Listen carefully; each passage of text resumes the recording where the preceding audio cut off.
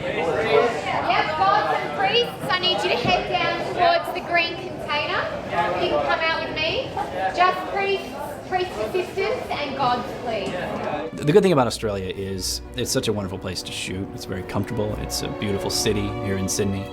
The local talent is incredible, and bring a real passion for filmmaking and a great camaraderie, here that we definitely see in the States. But it's just nice to, if you go this far away from home, that you feel it again. We feel very, very at home here and very welcome, and that's been great. I think we have very good crews. We've got good facilities here as well, but the main thing is crews, and it's the people that you work with that make a film happen. And I've been particularly lucky on this movie, Gods of Egypt. I've had great supervising art director Ian Gracie and his team, really great people to work with, and then they consequently have good people as well.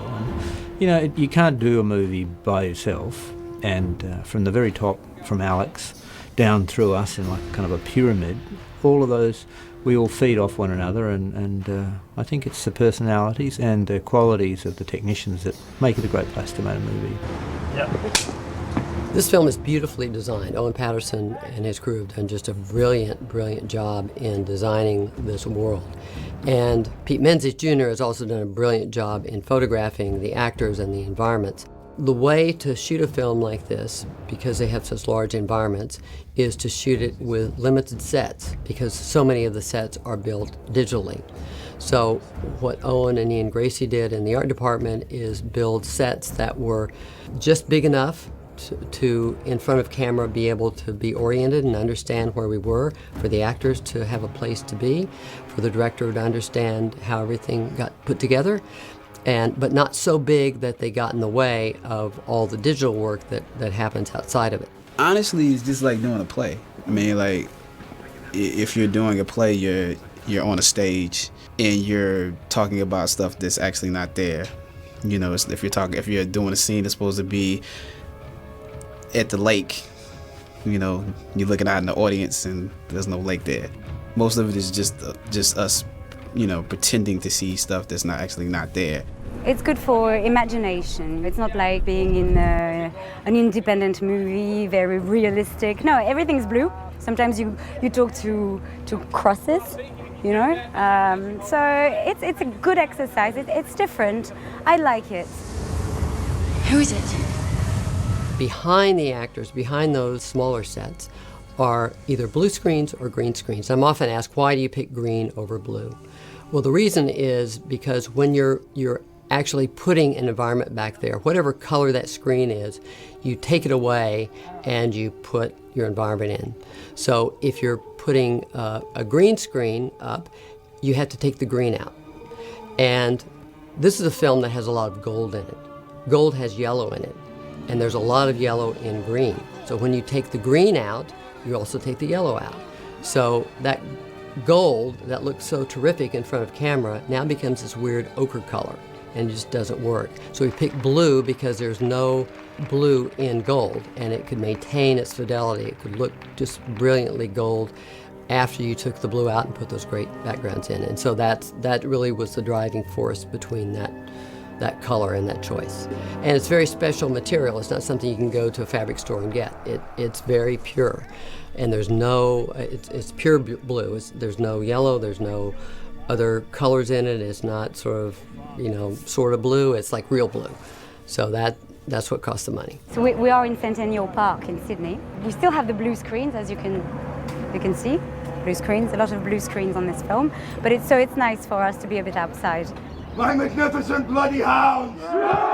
Today we're shooting the scene where Seth tries to pay the soldiers to go to war. So he throws coin at the soldiers to go to war against Nephis and the other gods. So yeah, and I'm sitting on the litter. And 3, 2, 1, lift. 3, 2, 1, shoulder. My litter's huge. It's very comfortable. There's 20 slaves holding me like this all day, so it's quite an experience. Never done this before. Love it. When you're shooting against blue and in such a background that's void, you really need to see everything together to understand how to frame it and how the actors are playing out in that environment.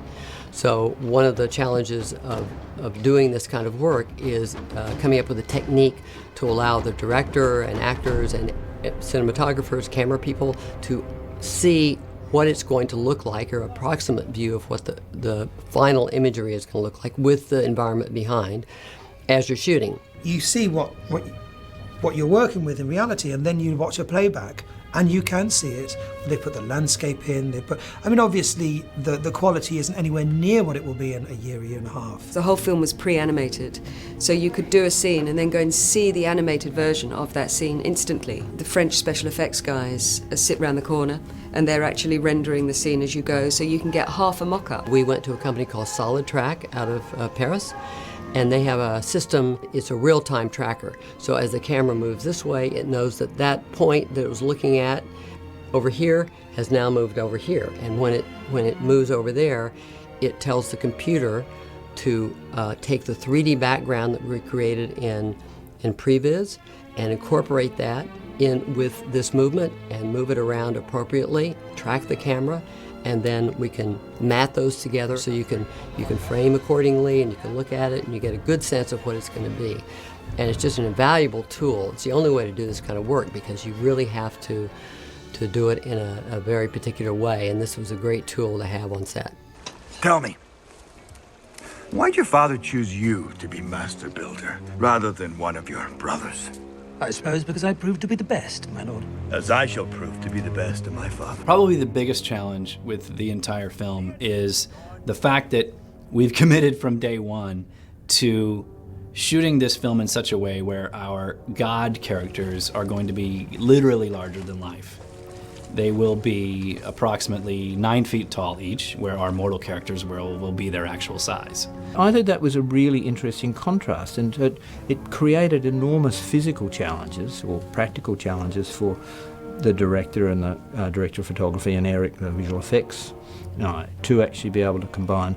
How do you shoot? Because all of our people, even though they're playing a god, they're really only 6 foot tall, or somewhere around that. So there has to be a separation so that we can have Beck appearing to be a 6 foot man and Nikolai or Horace appearing to be a 9 foot god. So the practical side of it is pretty huge, really, and many things have to be built twice. When you watch the movie, it's established early on, and the amazing thing is that you kind of forget about it. It just becomes the way it is, which is the way it should be. You shouldn't think about it. But to shoot that, to accomplish that, is so difficult and so complicated. We would have early on, there's a scene in the tomb when Beck first meets Horace. We had 2 identical sets, one in God size, one in human scale. So it's built for a 6 foot man who's playing a 9 foot god, and then we would oversize the set by approximately 1 to 1.15, so that Beck would appear to be small on that same set. So you'd build 2 sets. Horace, just a couple of questions. Where did you get the rainbow umbrella?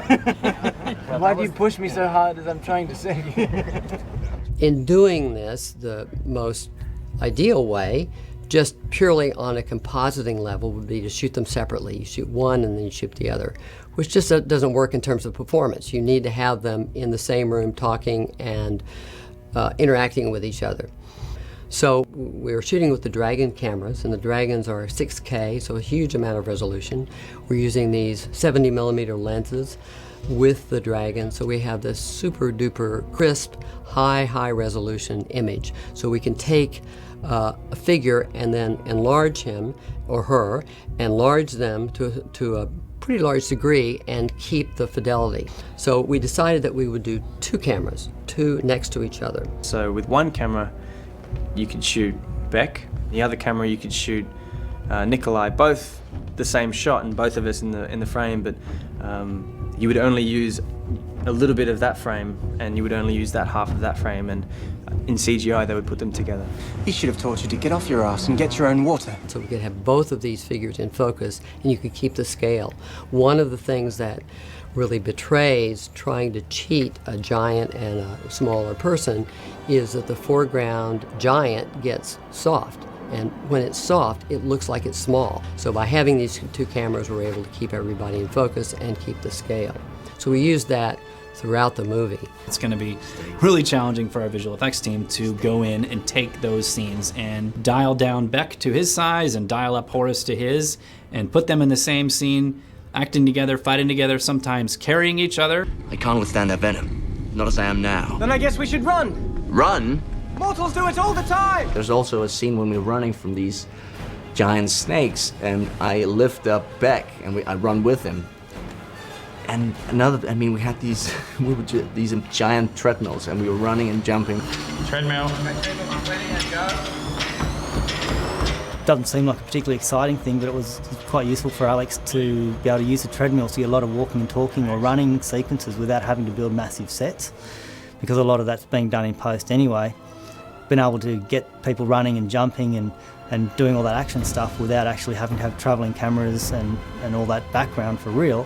That was quite useful for them, and it was a good experience for us, saying we hadn't done a whole lot of treadmill work. In this show we built 4 treadmills, 2 large ones which were about 4 metres long by nearly 2 metres wide, and they were to enable the actors to run and jump and move all over the place and have the freedom to move and not feel like they're going to fall off the treadmill.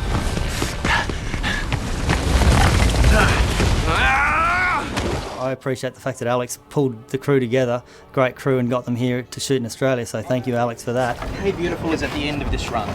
So I'm running to get there, so yeah, it's more... Hey Beautiful is going to be a close-up that we're going to do somewhere else another time, just down there. There's been a lot of creative license.